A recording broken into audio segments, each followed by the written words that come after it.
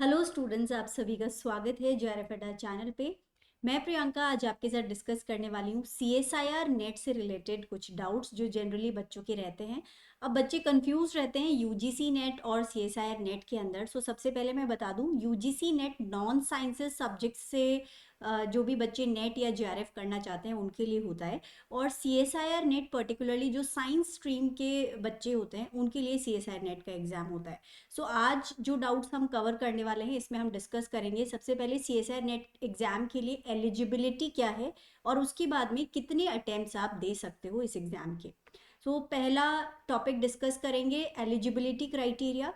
जो भी स्टूडेंट्स ने मास्टर्स किया है या तो साइंसेस सब्जेक्ट्स के अंदर, जो कि साइंस सब्जेक्ट्स में इंक्लूड हो जाते हैं maths, physics, chemistry, life sciences और अर्थ साइंसेस, ये 5 सब्जेक्ट्स हैं या इनके जो अलाइड और सब्जेक्ट्स हैं उनसे अगर आपने मास्टर्स किया है तो आप सीएसआईआर नेट का एग्जाम देंगे। इससे आपको असिस्टेंट प्रोफेसर बनने के लिए एलिजिबिलिटी मिल जाती है इन सब्जेक्ट्स में, और साथ में आप जेआरएफ के लिए भी अप्लाई कर सकते हैं।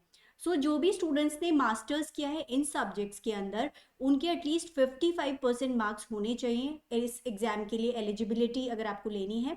सेकेंडली, अगर आप किसी कैटेगरी को बिलोंग करते हैं जैसे कि ओबीसी, नॉन क्रीमी लेयर या फिर SC, ST, PWD, third gender category candidates, तो आपके 50% मार्क्स होने चाहिए मास्टर्स के अंदर। इसके बाद में वो स्टूडेंट्स जो अभी अपनी मास्टर्स परस्यू कर रहे हैं या फिर अपना जो रिजल्ट है उसको वेट कर रहे हैं, रिजल्ट अवेटेड कैटेगरी के जो स्टूडेंट्स हैं वो भी इस एग्ज़ाम के लिए अप्लाई कर सकते हैं। लेकिन जब आपका रिजल्ट आएगा तो आपका मिनिमम जो क्राइटेरिया है that is 55% marks for general category students, और बाकी जो कैटेगरीज हैं उनमें मिनिमम 50% मार्क्स आपके मास्टर्स में होने चाहिए।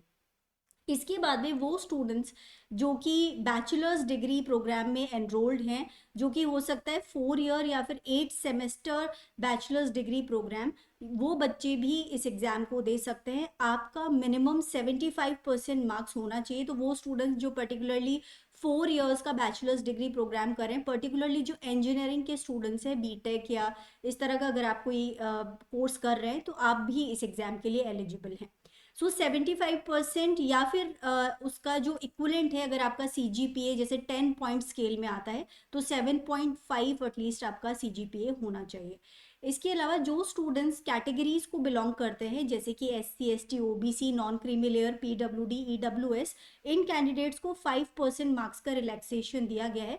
मतलब 75% की बजाय 70% आपका स्कोर होना चाहिए, फाइनल मार्क्स आपके होने चाहिए। तो ये तो बात हो गई एलिजिबिलिटी की। अगर ये कोई भी कोर्स आपने किया है तो आप सीएसआईआर नेट का एग्जाम दे सकते हैं। अब आते हैं कितने अटेम्प्ट्स अलाउड है सीएसआईआर नेट एग्जाम देने के लिए, कितनी बार आप इस एग्जाम को दे सकते हैं। स्टूडेंट्स, एज सच कोई लिमिट अभी तक सेट नहीं की गई है यूजीसी के द्वारा कि कितनी बार आप सीएसआईआर नेट का एग्जाम दे सकते हैं। बट यहाँ पे एज लिमिट ज़रूर कुछ पर्टिकुलर कैटेगरीज में फिक्स्ड है। सीएसआईआर नेट का एग्जाम जो है वो 3 अलग अलग पर्पज से दिया जाता है। जो फर्स्ट पर्पज है वो है जेआरएफ, जूनियर रिसर्च फेलोशिप, जो आपको पीएचडी ड्यूरेशन में मिलती है। सेकेंड पर्पज होता है एलिजिबिलिटी फॉर लेक्चरशिप। एलएस के लिए जो बच्चे एग्जाम देना चाहते हैं उनके लिए एज सच कोई नंबर ऑफ अटेम्प्ट्स लिमिटेड नहीं है, अनलिमिटेड अटेम्प्ट्स आप दे सकते हो। और जो थर्ड कैटेगरी है दैट इज पीएचडी ओनली, सिर्फ पीएचडी में एडमिशन भी अब सीएसआईआर नेट या यूजीसी नेट के एग्जाम के थ्रू ही होने वाला है। वहां पर भी कोई एज लिमिट नहीं है, लेकिन जेआरएफ के लिए एज लिमिट यहाँ पे रखी गई है। 30 ईयर्स आपका जो एज लिमिट है वो है फॉर जनरल कैटेगरी स्टूडेंट्स। लेकिन अगर आप OBC, non creamy layer, SC, ST, PWD, third gender या फीमेल एप्लीकेंट्स जो हैं उनको 5 ईयर्स का रिलैक्सेशन दिया गया है। मतलब ये कैंडिडेट्स 35 ईयर्स की एज तक जेआरएफ के लिए इस एग्ज़ाम को दे सकते हैं। लेकिन अगर आपका पर्पज़ है असिस्टेंट प्रोफेसरशिप के लिए ऑल ओवर इंडिया आपको एलिजिबिलिटी चाहिए या फिर आपको पीएचडी में एडमिशन लेना है, तो यहाँ पे कोई अपर एज लिमिट नहीं है। इसका मतलब आप कितनी भी बार अटेम्प्ट दे सकते हैं सीएसआईआर नेट का। अभी तक तो ऐसी ही गाइडलाइंस है जो लास्ट एग्जाम हुआ था, बट रिसेंटली हो सकता है जो आने वाली एग्जाम्स हैं उनके अंदर कोई नंबर ऑफ अटेम्प्ट्स को फिक्स किया जाए। अगर ऐसा होता है तो हम आपको ज़रूर अपडेट करेंगे इसके बारे में। सो स्टूडेंट्स, काफ़ी हेल्पफुल आप लोगों के लिए एग्ज़ाम है ये वाला। अगर आपने साइंस सब्जेक्ट से अपना मास्टर्स किया है और आप अपना फ्यूचर अगर रिसर्च में देखते हैं या फिर टीचिंग लाइन जो कि हायर एजुकेशन है, कॉलेज टीचिंग है, उसमें देखते हैं, तो आपको ये एग्ज़ाम देना होगा। सो आई होप ये डाउट आपका अच्छे से क्लियर हो गया है कि क्या आपका एलिजिबिलिटी क्राइटेरिया और कितने अटेम्प्ट्स अलाउड हैं। सो अटेम्प्ट्स की अगर बात करें तो हर साल में 2 बार ये एग्ज़ाम होता है, जून और दिसंबर के महीने में, और 30 इयर्स की एज तक आप कंटिन्यूसली इस एग्ज़ाम को दे सकते हो। तो अगर आप 22 ईयर्स तक अपनी एमएससी कंप्लीट कर लेते हैं तो उसके बाद में आपके पास बहुत सारे नंबर ऑफ अटेम्प्ट्स हैं जीआरएफ के लिए भी। अगर आप दूसरे और दोनों पर्पसेस के लिए एग्ज़ाम दे रहे हैं तो आपके पास नंबर ऑफ अटेम्प्ट्स की कोई लिमिट ही नहीं है, आप कितनी भी बार इस एग्ज़ाम को दे सकते हैं। So students, this is all about this information. अगर आपका और भी कोई डाउट है इस एग्ज़ाम से रिलेटेड तो कमेंट्स के अंदर आप डाल सकते हैं, मैं ज़रूर आपको आंसर करने की कोशिश करूँगी।